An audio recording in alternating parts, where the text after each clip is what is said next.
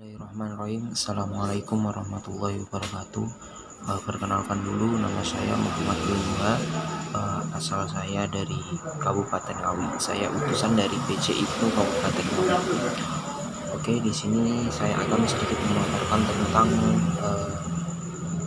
artikel dari salah satu persyaratan daripada Latin PW Ibnu Jawa Timur. Oke, di sini kita berbicara tentang kaderisasi. Urgensi dari kaderisasi sendiri adalah yang mana ketika ngomong kaderisasi itu pasti sudah lazim dari dalam setiap organisasi. Di situ kita ngomong organisasi Ikatan Pelajar Nahdlatul Ulama, yang mana biasa disingkat IPNO, adalah sebuah organisme yang harus mempertahankan dirinya agar tetap hidup. Nah, salah satu cara untuk mempertahankan organisasi tersebut agar tetap hidup dan juga agar tetap berkembang eksis di kalangan masyarakat luas, di situ perlu adanya sebuah kaderisasi. Nah, kita berbicara tentang kaderisasi dalam sebuah organisasi sendiri sebagai sebuah organisasi kekaderan keterpelajaran, di mana IPNU harus melakukan sebuah proses kaderisasi, yang mana proses tersebut sebagai langkah gerakan menghidupkan organisasi. Nah, untuk saya pernah membaca sebuah buku, lupa untuk judul bukunya.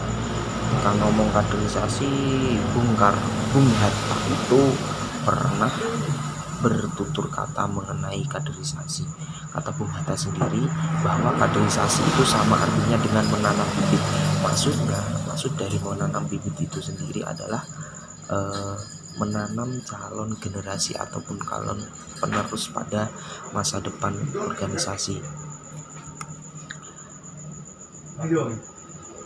Seorang penanam sangat menginginkan, setiap orang yang menanam itu sangat menginginkan apa yang ditanam itu akan membawakan hasil yang sangat memuaskan, sama dengan halnya ketika kita mengkader ataupun mengkader orang ataupun mengkader seorang anggota sendiri, itu pasti kita menginginkan sebuah hasil yang sangat memuaskan.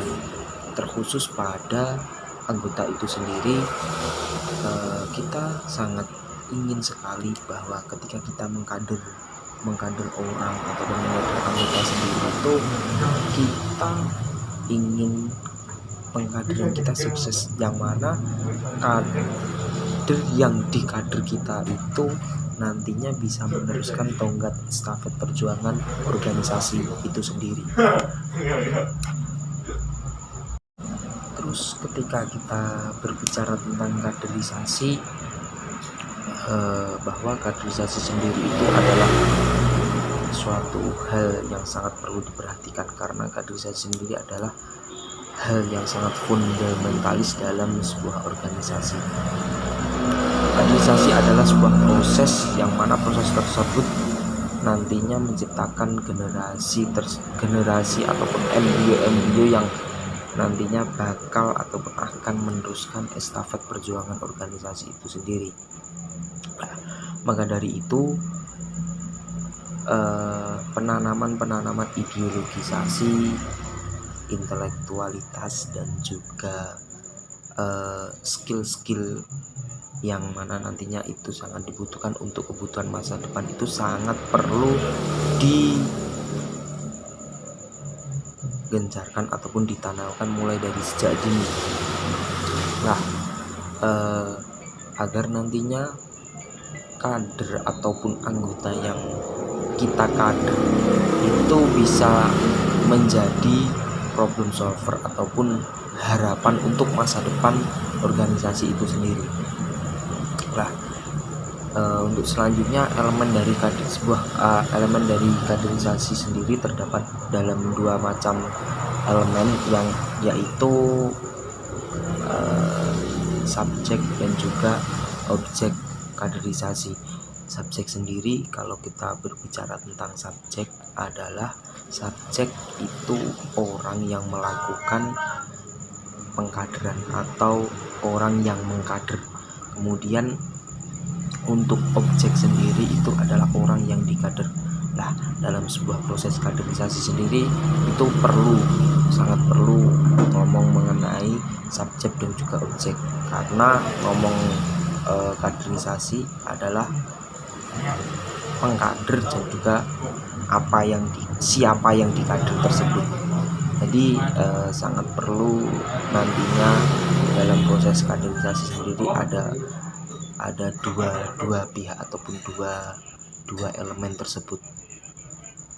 Nah, untuk selanjutnya kaderisasi adalah sebuah proses di mana kita menerpa suatu ilmu ataupun menerima suatu ilmu, transformasi nilai-nilai yang ada dalam organisasi tersebut. Segala proses yang ada itu harus dilakukan secara bertahap, step by step, dilakukan secara terkonsep juga, karena harapannya nantinya proses kaderisasi itu sendiri adalah bisa maksimal tanpa ada dasar paksaan ataupun unsur paksaan. Tidak ada unsur paksaan dari objek yang melaksanakan kaderisasi tersebut, pun sebaliknya dari subjek yang melaksanakan kaderisasi.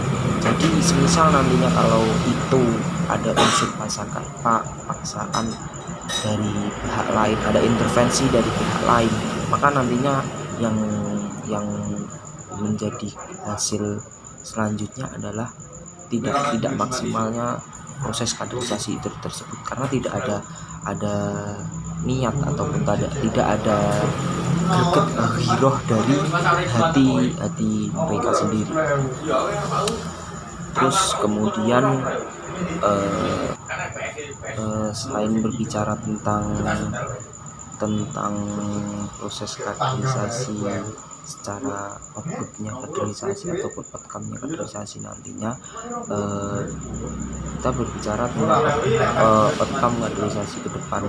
Kalau berbicara tentang outcome, pasti jangka panjang ke depan ketika proses kaderisasi itu dilaksanakan dengan maksimal, nantinya akan menghasilkan ataupun menciptakan bibit-bibit unggul, maksudnya embrio-embrio unggul yang siap untuk meneruskan estafet perjuangan organisasi ataupun bisa mewujudkan visi dan juga misi dari organisasi itu sendiri.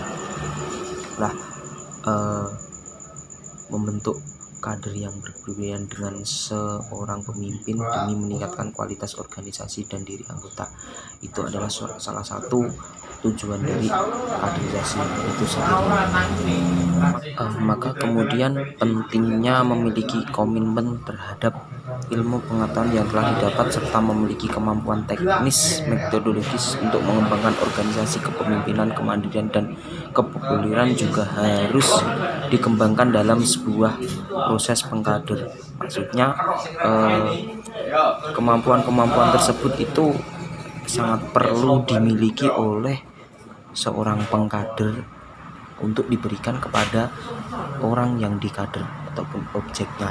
Nah, ya minimal ada perbedaan lah antara pengkader dan juga antara yang dikader.